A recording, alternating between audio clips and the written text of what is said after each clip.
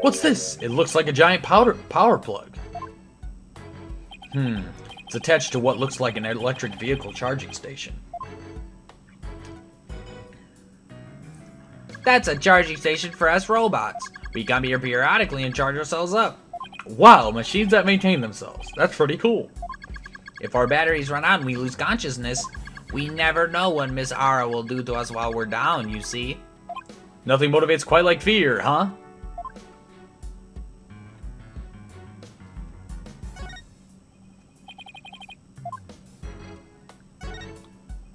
What's this? A giant robot arm, maybe? It's pretty big for an arm, but you're right. I think these thin parts here are finger bones. They're even about as long as my legs. And there's a spiked ball, a giant drill on the floor, too. Is Aura trying to build some kind of weapon of massive destruction? Maybe she wants to use it to demolish a big building or something. I can picture her gleefully tearing down the street doing just that. Better not think about it anymore.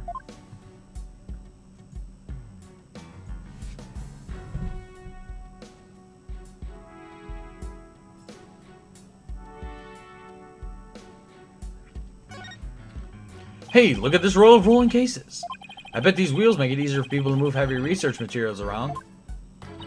I bet they'd be fun to ride around in. We could even probably both fit into the biggest one. I know, we could have Professor Edgeworth push us. I don't trust him not to push us down a flight of stairs.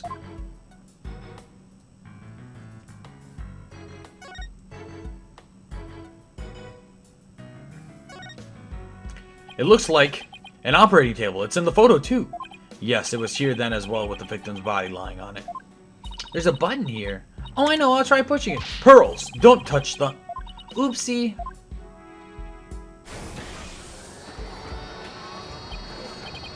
Hey, it's moving. It appears to be a robot assembly device. Disassemble anything in a flash, push the dismantle button. That sounds pretty neat. Can I push it, Mr. Nick? Please don't push any more buttons, Pearls.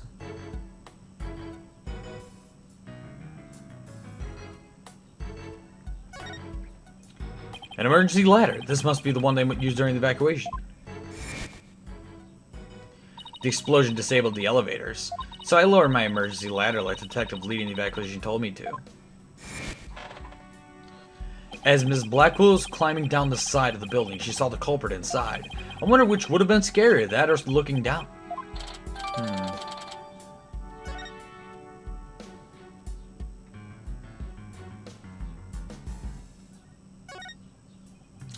Aura's desk is a mess, though that doesn't surprise me. Oh, I just want to dive in and straighten it up. Wait, before you do. Matisse. Huh? She just glanced over at her desk.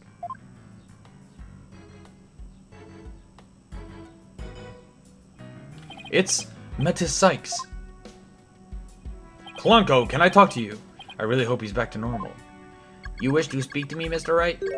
If you're going to hit me, please avoid the face area. Hey, don't put me in the same class as that woman. What was Aura like 7 years ago at the time of the incident? When Mother died, Miss Aura was confused. Huh? So he calls Dr. Sykes' mother. But Aura Blackwell, Miss Aura. With the loss, she exhibited a severe catecholamic imbalance. Catecholamic. Excuse me, but I have no idea what that means. Pardon me, searching for alternative expression. She would spend the night crying and then take out her feelings on those around her. After Prosecutor Blackwell was found guilty, she repeatedly demanded a retrial as well. That is correct, but without new evidence, her requests were ignored. And then little by little, Miss Ara began to change. She started to hate it when I called her Mama Ara. And before long, she started hating the court system and abusing Klunko. That murder destroyed so many lives. Right. Take a look at this paper on Dr. Sykes and Ms. Blackwell's research. Ponko and Klunko, they're the robots with hearts that Dr. Sykes created. Ponko series can determine the presence of human with the heartbeat detection. A heartbeat detection system lets them determine when a human is present. In addition, they can recognize people by their ID tag or facial features. And they can infer people's emotions by analyzing their tone of voice. That's amazing! Hey, I don't know, Edgeworth, they might even be more human than you. What's that supposed to mean? It kind of sounds like these robots can do what Athena does.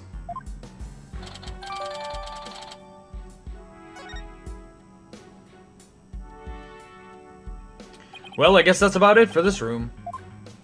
So what do you think, Wright? Any ideas? There are still a lot of gaps in the evidence, but I'll pull it all somehow. After all, you asked me to prove Blackwell's innocence, right, Edgeworth? What? He did? Yup, he called it a special request. He reached out to me while I was still disbarred. Edgeworth's request. So that was what sparked you to get your attorney's badge back? Yup, the Blackwell case. Right, I have a special request. I want you to clear one of my subordinates of suspicion.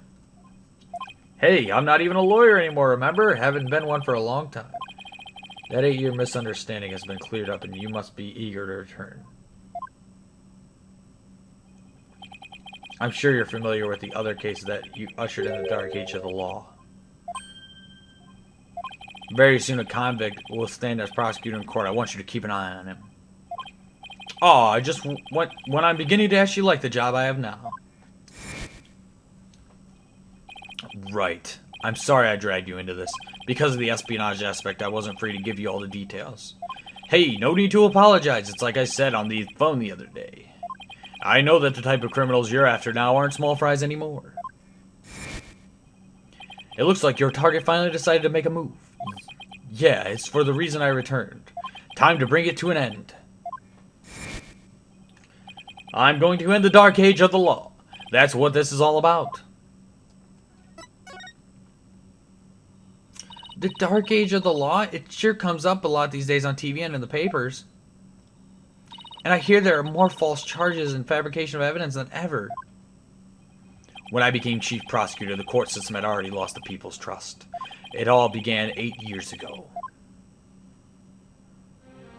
A lawyer was caught fabricating evidence, and a year after that, a prosecutor was found guilty of murder. Wait, do you mean... That's right. He's talking about my case and Prosecutor Blackwell's.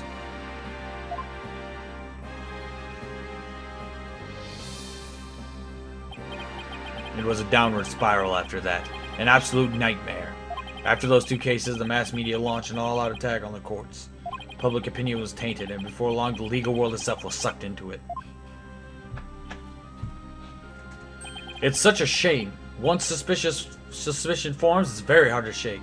Lawyers and prosecutors were supposed to trust each other, pursue the truth together. It's so sad when people begin to cast doubt. They start lying to themselves and each other. Yes, and do absolutely anything to win. We're in an age now where winning is valued far more than the truth. I'm sure it's caused our new chief prosecutor to lose many a night's rest. It's just me, or does his brow get even more furrowed than the last time I saw him? The hostage taker's disdain for the courts is a perfect example of the times. It sure is. Do you have any idea who the hostage taker might be? Well, somebody who mistrusts the court system and who can manipulate robots. It can really only be Ara Blackwell. Who else but her would want to retrial that case from 7 years ago so badly? Simon Blackwell's older sister and the owner of this room. I agree with your conclusion. Perhaps she intended to force Ms. Sykes to confess. Actually, I think she had a much more horrific plan in mind for Athena. The important thing is for you to solve UR1 and prove Blackwell's innocence. And then maybe she'll release the hostages. I'm counting on you, Wright, to set that prosecutor and those hostages free. And I'll be counting on you in court to help me too. Of course, I'll do everything I can to help uncover the truth. As this isn't an official trial, I'm more at liberty to be a little unorthodox. Mr. Wright, are you finished with your investigation? Yeah, but I'd like to tell you the hostage taker something for me. I have to go to the detention center. I can't start the trial until I've talked to Athena. She's already given her consent. I'll accompany you to the detention center. So I'm still being watched, huh? I'll see you in court, Hedgeworth. Even if it'll be an undocumented trial, it'll be good to face you in court again.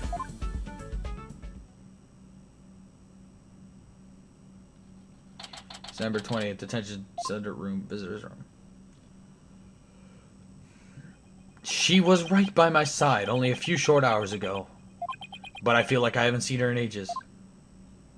Oh, Mr. Wright. And Pearly, too. I knew you would come. After all, the first step is the interview with the defendant. And because you're my friend and I was worried about you. Thanks, boss. I'm not the only one who's worried either. Really? Who else? I saw Miss Woods today. She was so beside herself she came to find me. She told me you used to live in the Cosmos Space Center. No wonder you knew so much about the place. Oh, so you know, huh? I'm sorry I didn't tell you. That's alright, but there are some other things I'd like to ask you. Sure, you can ask me anything. I promise I won't keep any more secrets from you. The day of the crime. Tell me about the day Clay was murdered. I was actually at the Space Center that day. In the Space Museum. Right where the culprit fled to. That's not good. I never could fully deal with what happened 7 years ago. But when I saw the center again during the news coverage of the Hat 2 launch, I thought maybe I went there, things would be different this time. That must have taken a lot of courage to face your past like that. So I went to the Space Museum the evening before the explosions. This was before the launch pads had been switched. There was a sign that said closed for repairs and they weren't letting anybody in. Yeah, the director couldn't very well switch the pads if there were people in there. But I stuck it anyway. Did you want to see that Hat 1 group photo, the one with your mother in it? I did, but what I really want to see was her jacket. That jacket on display. That was Dr. Sykes. But I should have known it wouldn't be easy to get over such a traumatic experience. The second I saw that jacket, it all came rushing back to me.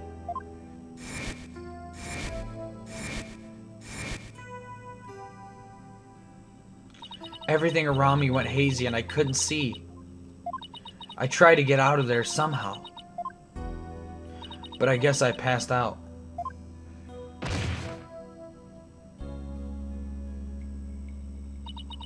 When I came to, I was in the passage behind the rocket.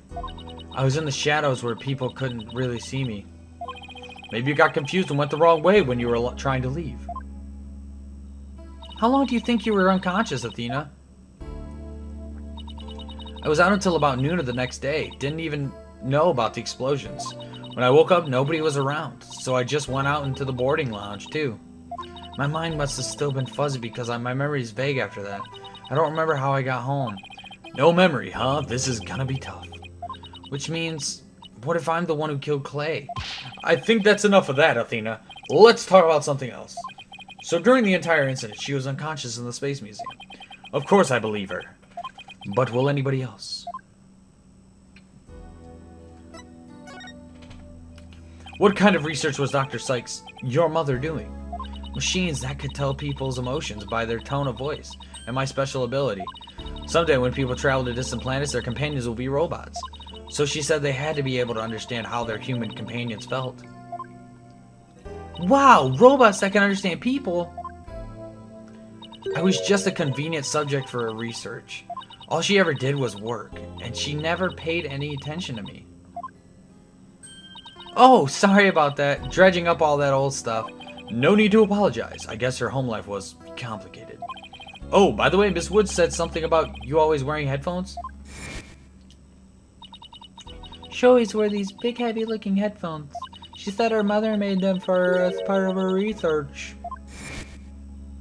I had to wear them every time I went out. Oh, I hated them so much, but she wouldn't listen. What were they for? Oh, she gave me some kind of explanation, but I don't remember now. I was too difficult for a little kid to understand. Okay, but let me say this one thing. I don't think your mother only thought of you as some handy subject for her research. I want to believe that, but just about the only things my mother left me with are widget. And this earring. Oh, it's beautiful! It's made of a piece of real moon rock she had for research. Maybe she did love me, in her own way. I'm sure of it. I'm really sure she did, because that's what I want to believe. 2. Moon rock earrings. I'd better ask her a little more about her mother's research. I should show her that paper I found in the robotics lab.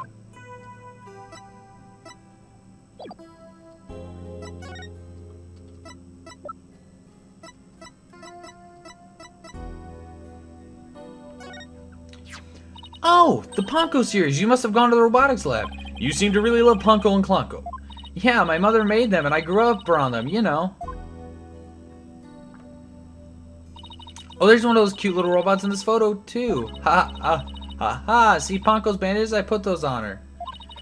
I just wound them around and around. Pretty bad job, huh? But I really put up my all into it. I hardly left the center in those days, so I didn't have any human friends besides Junie. I didn't really understand the difference between robots and people back then.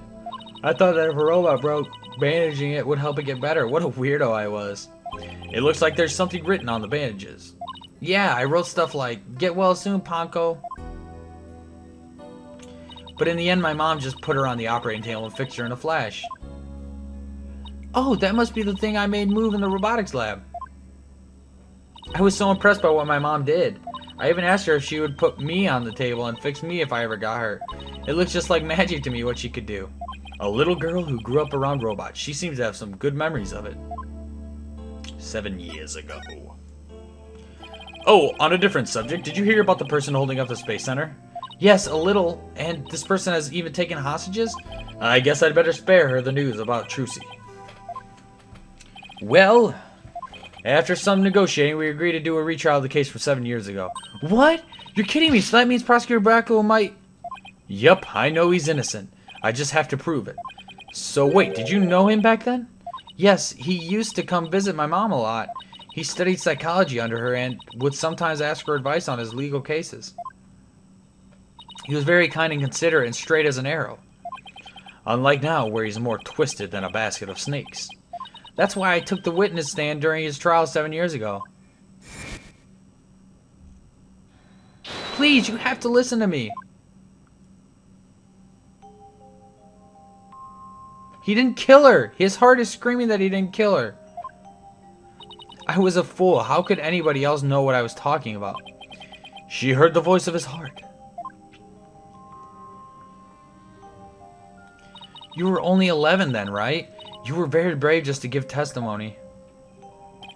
Pearls is right. You did very best you could at the time. But nothing I said did any good. I was just a shaking and scared little girl, small and ineffectual. Even after I went to live with my relatives in Europe, I stayed up in my shell. But you're different now. You're always so bright and cheerful. Thanks. That's because one day I came to realize that I had to fight. I couldn't give up. I exercised hard and I studied hard. I wanted to become the strongest lawyer I could be.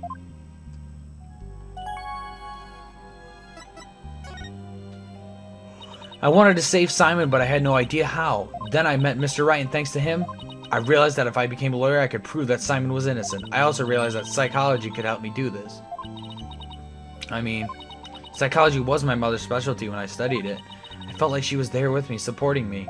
It doesn't seem like Athena knows. Prosecutor Blackwell is due to be executed tomorrow. I wanted to prove Simon's innocence personally. I wanted to do it so bad, even now I want to fly out of here and go save him.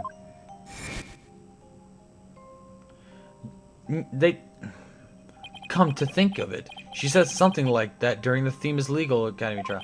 She mentioned there was somebody she wanted to save. She must have been talking about Prosecutor Blackwell. But like they didn't seem to know each other in court. I heard some prison guards say that you had an interview with Simon. How was he? What did he say? No, I can't tell her. But how can I lie to Athena? He was doing well. He was happy about the possibility. He was? I wonder if he smiled like he used to back then. If I can't prove Prosecutor Blackwell's innocence in this trial, I don't think Athena will never ever forgive me. I just have to free him. Failure is not an option here.